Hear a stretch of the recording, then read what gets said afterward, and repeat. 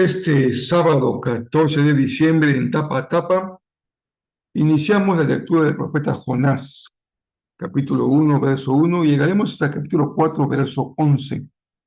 Continuamos con Apocalipsis, capítulo 5, verso 1 al 14, el Salmo 133, verso 1 al verso 3, y por último, Proverbios 29, versos 26 y 27. Esta serie tiene como propósito acompañarte en tu lectura devocional de la Biblia en un año. Yo soy el pastor Rafael Poli y me da mucho gusto que me acompañes en el día número 349 de nuestra lectura.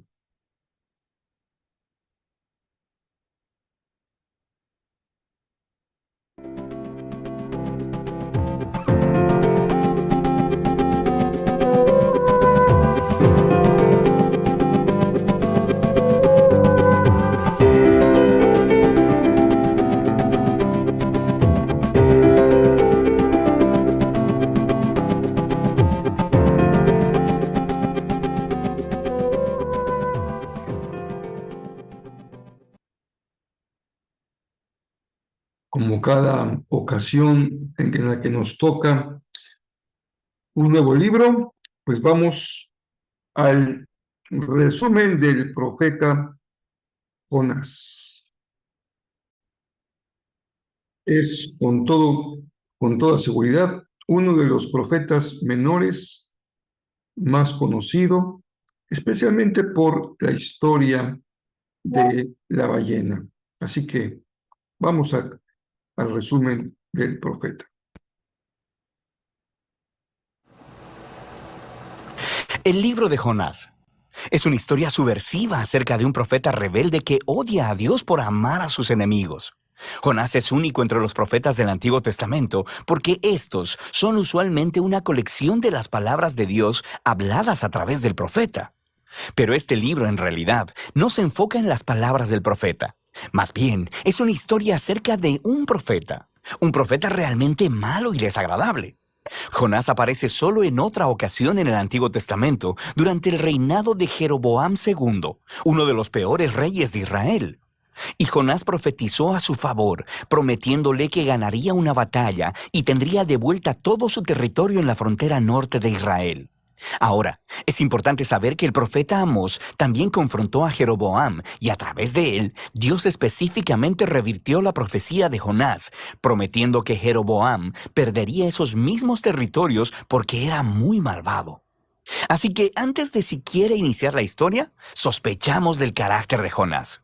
El libro de Jonás tiene un diseño hermoso, con toda su simetría y emparejamiento literario. Así que tienes los capítulos 1 y 3 contando la historia del encuentro de Jonás con personas que no son israelitas. Primero con unos marineros y luego con los odiados enemigos de Jonás, los ninivitas. Y cada parte ofrece un contraste cómico entre el egoísmo de Jonás y la humildad y arrepentimiento de los paganos. Los capítulos 2 y 4 contienen las oraciones de Jonás. Una es una oración de arrepentimiento o algo así, y la otra es una oración en la que Jonás reprocha a Dios por ser demasiado bueno. Este cuidadoso diseño del libro es acompañado por un estilo narrativo realmente único. La historia está llena de personajes estereotipados que irónicamente hacen exactamente lo contrario de lo que piensas que harán. Tienes al profeta, el hombre de Dios, que se revela y odia a su propio Dios. Tienes a los marineros, que se supone son muy inmorales, pero en realidad tienen corazones blandos y arrepentidos y se vuelven a Dios en humildad. Tienes al rey del imperio más poderoso y sanguinario del planeta, y él se humilla delante de Dios por un sermón de 5 palabras de Jonás, y hasta las vacas del rey se arrepienten. Esta clase de historia encaja con lo que hoy llamaríamos una sátira. Estas son historias sobre figuras bien conocidas que son colocadas en circunstancias extremas y utilizan el humor y la ironía para criticar su estupidez y defectos de carácter. Profundicemos y veremos cómo todas las piezas encajan juntas. La historia inicia con Dios comisionando a Jonás para ir a predicar contra la maldad y la injusticia en Nínive, la ciudad capital del imperio asirio, el amargo enemigo de Israel. Pero en lugar de ir al este, a Nínive, Jonás se va en la dirección opuesta, encontrando un barco que va lo más al oeste que se pueda, a Tarsis. Ahora, la gran pregunta aquí es, ¿por qué? ¿Por qué huye Jonás? ¿Tiene miedo? ¿Le caen mal los ninivitas? Todavía no se nos dice. Así que el hombre de Dios intenta huir de Dios y aborda un barco lleno de marineros paganos. Entra en la nave y se queda dormido. Así que Dios envía una gran tormenta para despertar a su profeta, mientras, irónicamente, los sinceros marineros están completamente despiertos a todo lo que está sucediendo. Ellos pueden discernir que un poder divino está obrando aquí. Ellos echan suertes y descubren que Jonás es el culpable. Así que le piden que se explique, y Jonás escupe un montón de habladurías religiosas. Él dice, sí, soy hebreo y adoro al Señor, al Dios que hizo el mar y la tierra. Es una broma, ¿verdad? Dios hizo el mar y la tierra, claro que sí. ¿Y Jonás es tan tonto como para huir de este Dios subiéndose a un barco? Y cuando los marineros le preguntaron a Jonás qué es lo que deberían hacer, él les dice, mátenme lanzándome por la borda. Lo que parece muy noble al principio, hasta que te das cuenta que esto podría ser lo más egoísta que ha hecho hasta ahora. Quiero decir, ¿qué mejor forma de evitar ir a Nínive? Así que pone su sangre en las manos de estos marineros inocentes al tratar de obligarlos a matarlo. Y ellos se resisten, por supuesto, y se arrepienten delante de Dios incluso mientras lo arrojan. La tormenta se apacigua y ellos terminan temiendo al Dios de Israel. Y a diferencia de Jonás, ellos realmente adoran a Dios. Pero Dios frustra los planes de Jonás para escapar de Nínive. Mientras Jonás se hunde, Dios provee una extraña tumba acuática para él, el estómago de un gran pez. Ahora, por supuesto, en circunstancias normales esto sería la muerte segura, pero en esta historia todo está de cabeza. Así que la muerte submarina de Jonás se convierte en su camino de vuelta a la vida. Atrapado en el estómago de esta bestia, Jonás eleva una oración donde técnicamente nunca dice que lo siente, pero sí agradece a Dios por no abandonarlo y promete que obedecerá a Dios a partir de ese momento, no importa lo que pase. Y la respuesta de Dios es algo cómica. La ballena vomita a Jonás en la tierra seca. Así que una vez más, Dios envía a Jonás a predicar en Nínive y Jonás obedece. Se nos dice que Nínive era una ciudad gigantesca. Tomaría varios días caminar a través de ella. Así que Jonás tiene solo un día y aquí está su mensaje. En 40 días, Nínive será arrasada. Esas son 5 palabras en hebreo. Este sermón es muy corto y también algo extraño. Quiero decir, mira lo que le falta. No se menciona lo que los ninivitas han hecho mal, ni lo que deben hacer o cómo deben responder. No hay mención de quién los destruirá, y lo más notable, no se menciona a Dios. ¿Qué está pasando aquí? ¿Está Jonás intencionalmente dando la mínima cantidad de información? Es como si él estuviera intentando sabotear su propio mensaje o asegurar la destrucción de los ninivitas. Jonás no está haciendo ningún esfuerzo. Sean cuales sean sus motivos, el plan no funciona, porque tan pronto predica su sermón de 5 palabras, el rey de Nínive y la ciudad entera, incluyendo a las vacas, se arrepienten en silicio y ceniza. Así que, por segunda vez, esos paganos malvados muestran que son más sensibles que el mismo profeta de Dios. De manera que Dios perdona a los ninivitas y no destruye la ciudad. Ahora, aquí tenemos la parte brillante de la historia. La última palabra del breve sermón de Jonás, arrasada, significa allanada. Y puede referirse a una ciudad siendo arrasada o destruida como Sodoma y Gomorra, pero también puede usarse para referirse a algo siendo transformado, cambiado en su opuesto. Así que, cómicamente, las palabras de Jonás se vuelven realidad, pero no de la manera en que él esperaba. Nínive sí fue arrasada, conforme los enemigos de Jonás se arrepienten y encuentran la misericordia de Dios. El capítulo final une todas las piezas. Jonás está completamente enojado y eleva su segunda oración. Primero le dice a Dios la razón por la que huyó en el capítulo 1. No fue porque tuviera miedo, más bien fue porque él sabía que Dios era muy misericordioso. Y esto es genial. Jonás cita la propia descripción de Dios de sí mismo del libro de Éxodo y se la echa en cara a Dios como un insulto. Él dice que sabía que Dios es compasivo y que encontraría alguna manera de perdonar a esos horribles ninivitas. Puedes oír el disgusto en la voz de Jonás. Después, Jonás interrumpe la conversación y ora, porque Dios lo mate ahí mismo. Él prefiere morir antes que vivir con un Dios que perdona a sus enemigos. Afortunadamente para Jonás, Dios no accede y simplemente pregunta si el enojo de Jonás es justificado. Jonás ignora la pregunta y se va a las afueras de la ciudad a acampar en una colina cercana para esperar y ver qué sucedería. Ya sabes, puede ser que los ninivitas se arrepientan de haberse arrepentido y acaben rostizados después de todo. Lo que sucede después es muy extraño. Dios provee una planta para darle sombra a Jonás y eso lo pone bastante feliz. Pero luego, Dios envía un pequeño gusano para comerse la planta, así que Jonás pierde su sombra. Y luego, en el calor del sol, Jonás le pide a Dios una vez más que lo mate. Dios una vez más le pregunta a Jonás si su enojo tiene justificación, y Jonás ladra. ¡Claro que sí! ¡Solo déjame morir! Y esas son las últimas palabras de Jonás en la historia. Las últimas palabras de Dios son las que concluyen el libro. Él dice que el incidente con esta planta fue una manera de tratar de hacer entender a Jonás. ¿Cierto? Jonás se preocupó y se puso sentimental por esta planta que solo disfrutó por un día. Y Dios le preguntó a Jonás, ¿no son los humanos un poco más valiosos que las plantas? Quiero decir, ¿no está bien que Dios pueda sentir la misma clase de emoción y preocupación por la ciudad de Nínive, que está llena de miles de personas quienes se han extraviado del camino y también por sus vacas? Y así es como termina el libro, con Dios pidiéndole a Jonás permiso de mostrar misericordia a sus enemigos. ¿Y cuál es la respuesta de Jonás? La historia no lo dice, porque ese no es el punto. El punto es que el libro quiere incomodarte. Y las preguntas de Dios en realidad son dirigidas a ti, el lector. ¿Te parece bien el hecho de que Dios ame a tu enemigo? Así que este libro pone un espejo frente al lector. En Jonás vemos aumentadas las peores partes de nuestro propio carácter que deberían generar humildad y gratitud porque Dios ama a sus enemigos y porque soporta al Jonás que hay en nosotros.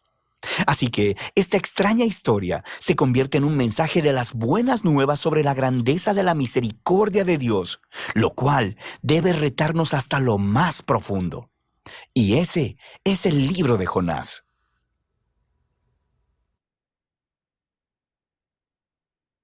Pues en esta ocasión el resumen incluye una aplicación y bueno, podemos responder a la pregunta del autor de este pequeño video respecto a cómo el Señor obra en nuestra vida leyendo a Jonás.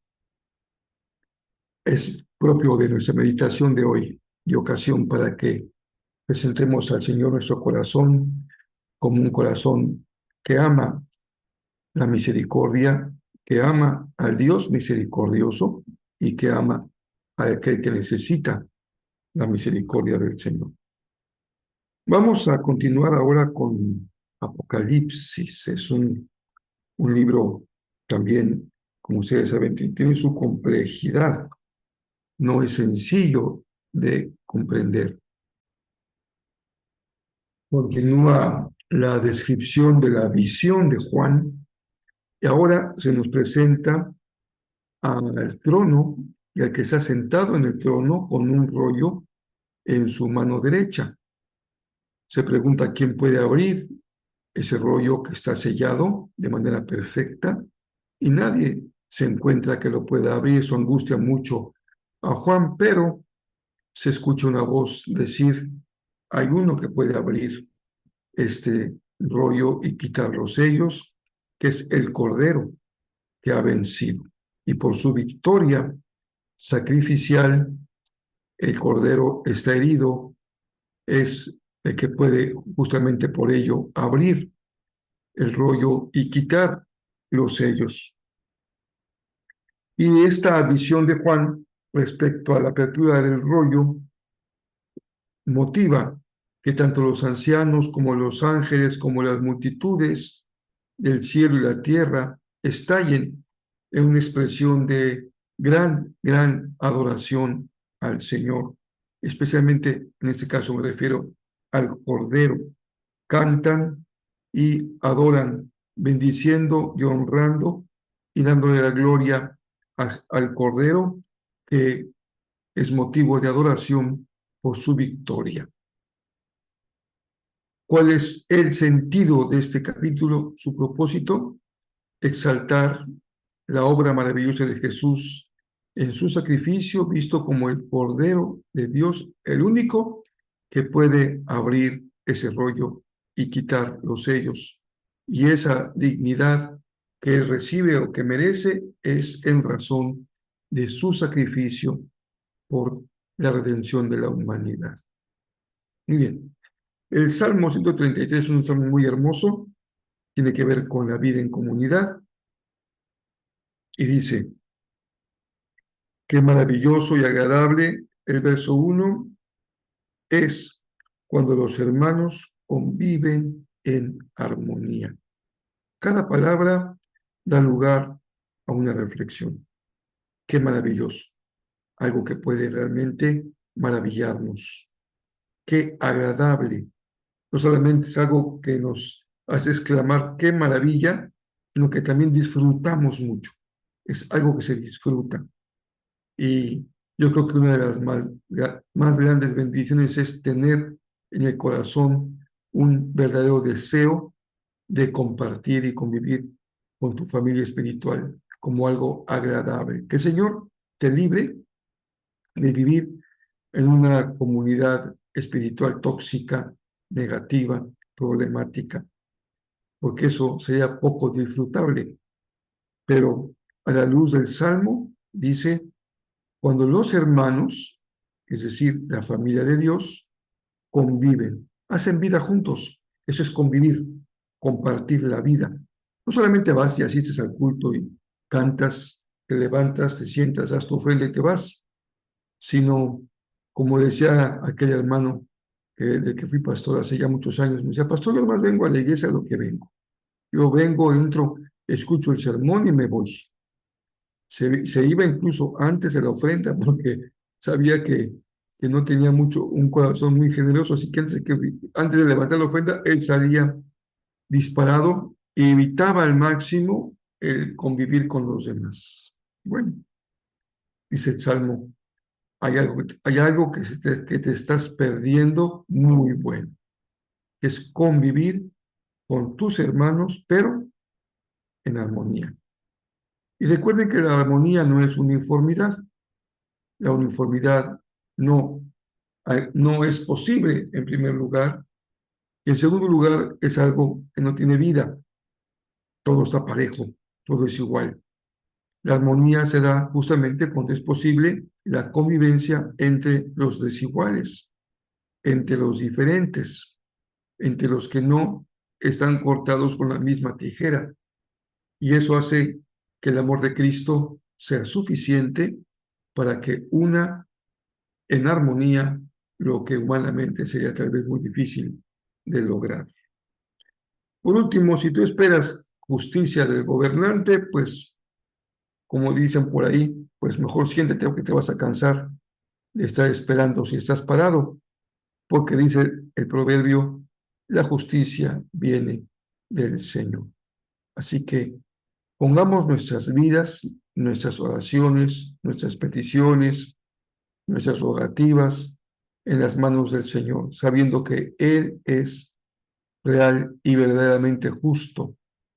Y a veces su justicia implica que a ti te toca recibir un buen coscorrón o una palmada, pero si es de la justicia de Dios, será siempre bien recibida.